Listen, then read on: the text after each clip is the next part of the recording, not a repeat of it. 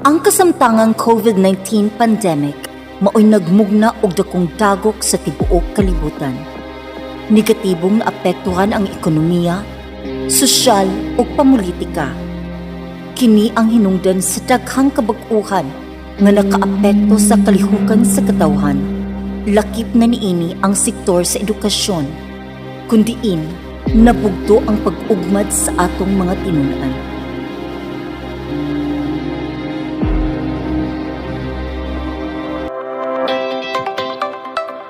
Apan bisan pa man niining kang niog nga atong nahiaguman, ang Departamento sa Edukasyon nang limbasog og naghimog mga lakang aron masaknay ug mapadayon sa pag-umol ang matag kaugmaon sa atong mga kabataan ug kabatan-unan. Bisan kun ang personal nga pag-inatubangay dili una mapatuman.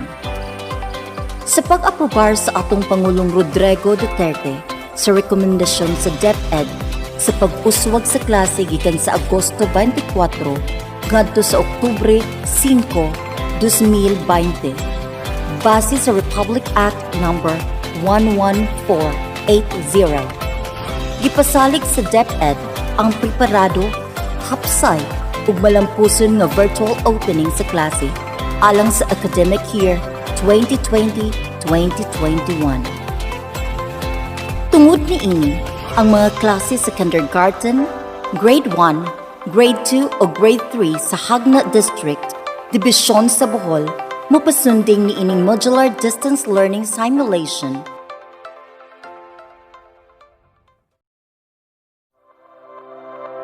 Maayong adlaw sa tanan.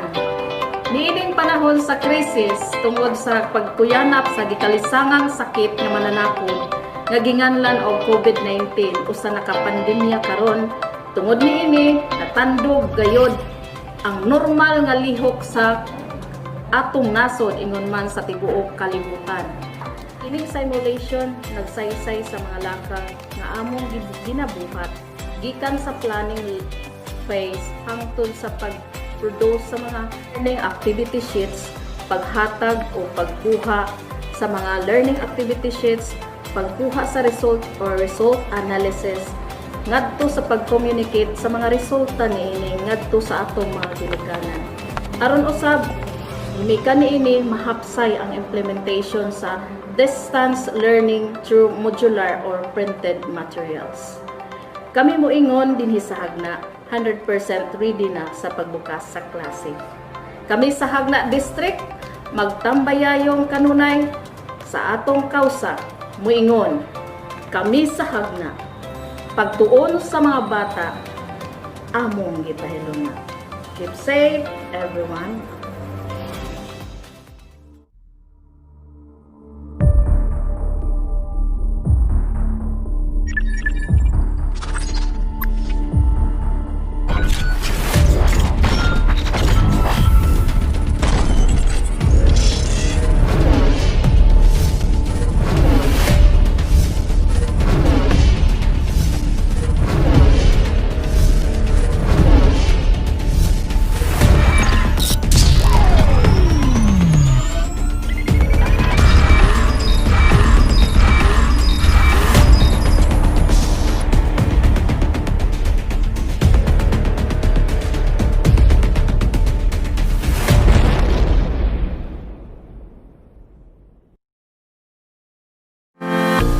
Communicate SLCP to stakeholders. Aron mahatagan og direksyon ang pagpadayon sa edukasyon, gisugdan sa matagtulunghaan ang unang lakang, pinaagi sa virtual ug face-to-face nga pakigpulong ngadto sa mga PTA officials, magtutudlo ug mga stakeholders aron pag-umol sa School Learning Continuity Plan o SLCP. Inubanan sa paghatag og prioridad sa kahimsog sa panglawas o kaluwasan sa matag tinunan, magtutudlo o tibuok komunidad sa edukasyon. Conduct remote and Dropbox enrollment. Ang mga magtutudlo, naghimo o nagpahibalo ngadto sa mga ginikanan, kabahin sa pamaagi sa pag-enroll sa ilang mga kabataan. Gibuhat nila ang pagpapilit ug anunsyo sa mga purok centers o tulungaan. pag-post sa social media, paghimo og FB o messenger group, pag-text o pagtawag sa mga ginikanan o magbalantay. Tinambayayungan sa mga purok o barangay officials na tigayon nila ang mga drop-box enrollment centers sa mga purok centers o barangay halls.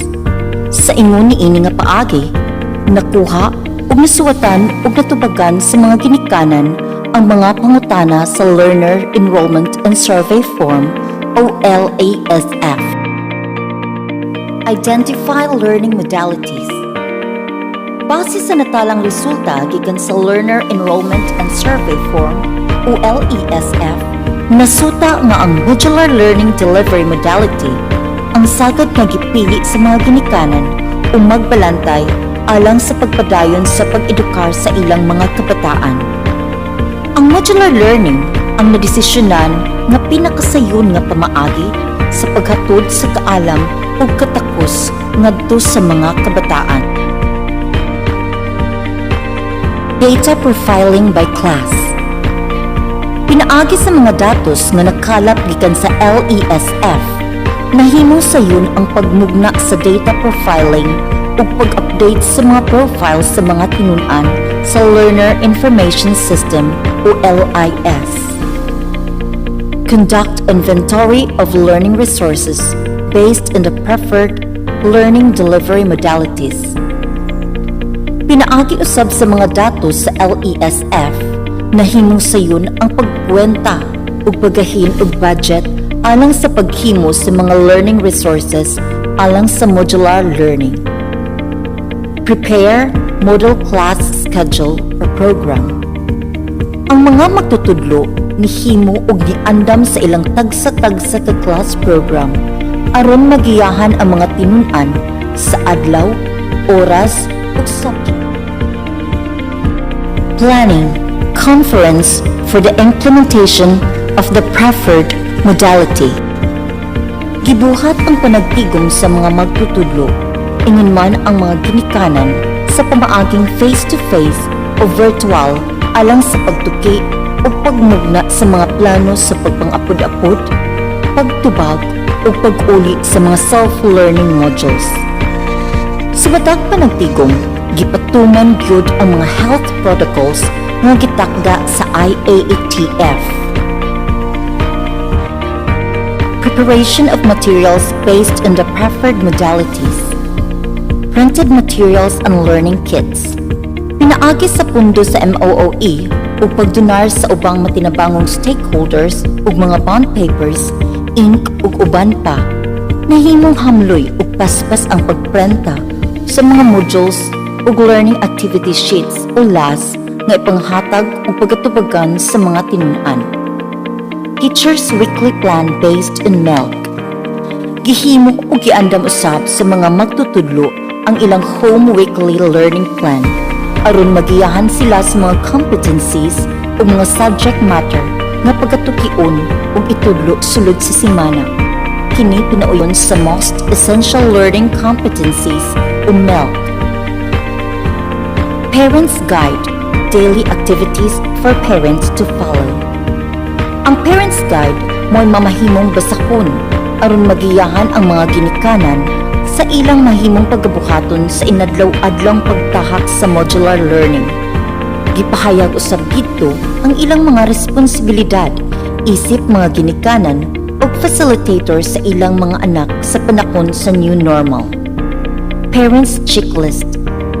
Ang Parents Checklist iandam aron masusi ug magiyahan ang mga ginikanan sa ilang mga nadawat nga mga self-learning modules ug LAS. Ingon man usab ang mga school supplies ug health kits nga nadawat gikan sa magtutudlo. Distribution of materials. Sa tuyo nga luwas ug hapsay nga pamaagi sa pagpang-apod-apod sa mga self-learning modules ug LAS, giimpake kini sa mga magtutudlo sa adlawng Biyernes. Gidisinfect o gipundo sulod sa duha ka adlaw. Sa adlaw nga Domingo, kini ipanghatag sa mga ginikanan. Gipahigayon kini sulod sa tulungaan, sulod sa pulok centers, barangay halls, ug ang dili makuha ni anang adlawa, pinaagi sa tabang sa mga barangay officials ihatod kini sa balay sa tinun-an. Aron sa pagsiguro sa kaluwasan, permi gibuhat ang health protocols sama sa pagsulob og face mask, pagmintinar sa usa ka metro nga distansya, pagkuha og temperatura, paghugas sa kamot, pagbutang og alcohol or sanitizer, ug pagtunog sa footbath.